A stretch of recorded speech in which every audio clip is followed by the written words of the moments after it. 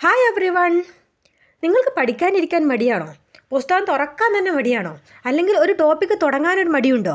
ഈ അവസ്ഥയിൽ നിന്ന് പുറത്തു കടക്കാൻ നിങ്ങളെ സഹായിക്കുന്ന വളരെ ലളിതവും എന്നാൽ പവർഫുള്ളുമായ ഒരു വിദ്യയാണ് 5 സെക്കൻഡ് റൂൾ. മെൽ റോബിൻസ് എന്ന പ്രശസ്ത മോട്ടിവേഷണൽ സ്പീക്കർ പ്രചരിപ്പിച്ച ഒരു ആശയമാണിത്. എന്താണ് ഈ 5 സെക്കൻഡ്സ് റൂൾ എന്ന് നമുക്ക് നോക്കാം. ഇതിൻ്റെ ആശയം വളരെ ലളിതമാണ്. നിങ്ങൾ പഠിക്കാൻ ആഗ്രഹിക്കുമ്പോൾ അല്ലെങ്കിൽ ചെയ്യേണ്ട ഒരു കാര്യത്തോട് മടി തോന്നുമ്പോൾ ഉടനെ തന്നെ 5-ൽ നിന്ന് താഴോട്ട് എണ്ണുക. 5, 4, 3, 2, 1.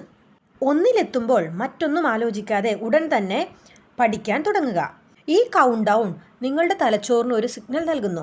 സാധാരണയായി ഒരു കാര്യം തുടങ്ങുന്നതിന് മുമ്പ് നമ്മൾ ഒരുപാട് ചിന്തിച്ച് മടിച്ച് സമയം കളയാറുണ്ട്. ഈ നിയമം ആ ചിന്തകളെയും കഴിവുകളെയും ഒഴിവാക്കി ഉടൻ തന്നെ പ്രവർത്തിക്കാൻ നിങ്ങളെ പ്രേരിപ്പിക്കുന്നു. ഈ 5 സെക്കൻഡ് റൂൾ നിങ്ങളെ പഠനത്തിൽ പല രീതിയിൽ സഹായിക്കാം. പിന്നീട് ചെയ്യാമെന്ന ചിന്തയെ ഇല്ലാതാക്കാൻ ഇത് സഹായിക്കും.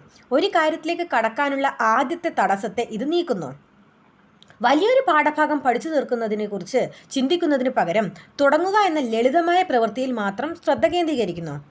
നിങ്ങൾ ഒരു തവണ തുടങ്ങിക്കഴിഞ്ഞാൽ ഒരുപക്ഷെ കുറച്ചു സെക്കൻഡുകൾ മാത്രമാണെങ്കിൽ പോലും തുടർന്ന് പഠിക്കാൻ പലപ്പോഴും എളുപ്പമാണ്. പഠനം എത്ര ബുദ്ധിമുട്ടുള്ളതാണെന്നോ മടുപ്പിക്കുന്നതാണെന്നോ ചിന്തിച്ച് സമയം കളയുന്നതിൽ നിന്ന് ഇത് നിങ്ങളെ തടയും.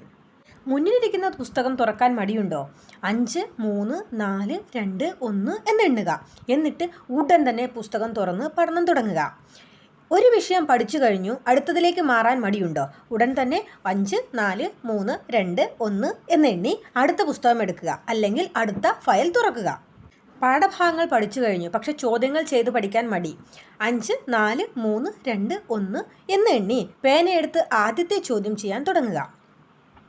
ബ്രേക്ക് കഴിഞ്ഞിട്ടും വീണ്ടും പഠിക്കാനിരിക്കാൻ മടി തോന്നുകയാണെങ്കിൽ ഈ നിയമം ഉപയോഗിച്ച് പഠനത്തിലേക്ക് മടങ്ങുക. 5 സെക്കൻഡ്സ് റൂൾ നിങ്ങൾ എന്ത് പഠിക്കുന്നു എന്നതിനെക്കുറിച്ചല്ല, പകരം പഠനം എങ്ങനെ തുടങ്ങുന്നു എന്നതിനെക്കുറിച്ചാണ്. മടി തോന്നുമ്പോൾ ഈ ലളിതമായ വിദ്യ പരീക്ഷിച്ചു നോക്കൂ. തീർച്ചയായും മാറ്റം കാണാൻ സാധിക്കും.